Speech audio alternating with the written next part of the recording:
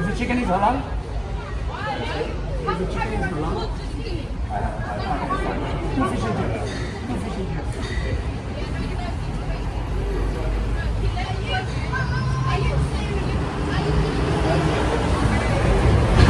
If the fish is good size, it's good portion, yeah?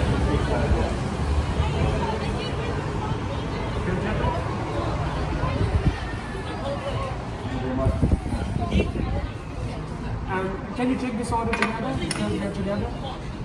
I have the same please. The same. Yeah.